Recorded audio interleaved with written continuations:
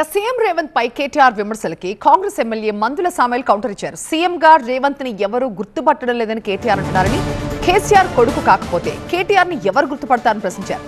కేసీఆర్ లేకపోతే మీకు మీ చెల్లెకి గుర్తింపు ఎక్కడదని అడిగారు.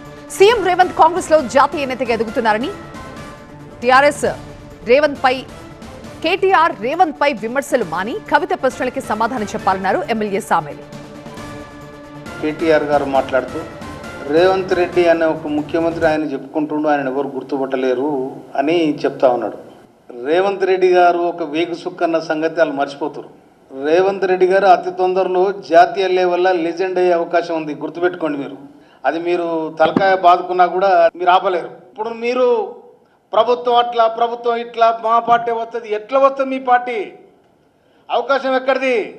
ఇవాళ మీ చెల్లె మీ ఏం చెప్పిన ఫస్ట్ మీ చెల్లె కోసం మాట్లాడాలి కేటీఆర్ గారు, అందరి కోసం మాట్లాడడం కాదు. ఎందుకంటే నీ వెనకాల ఎట్లా తగిలింది, రేకెంప తగిలింది నీకు వెనకంగా, నిన్ను పోనీయలేదు. దానికి సమాధానం చెప్పాలి తెలంగాణ ప్రజానికానికి. మీ చెల్లెందుకు పార్టీ పెట్టింది? ఇప్పటికి 20 సంవత్సరాలు వచ్చింది పార్టీ పెట్టి.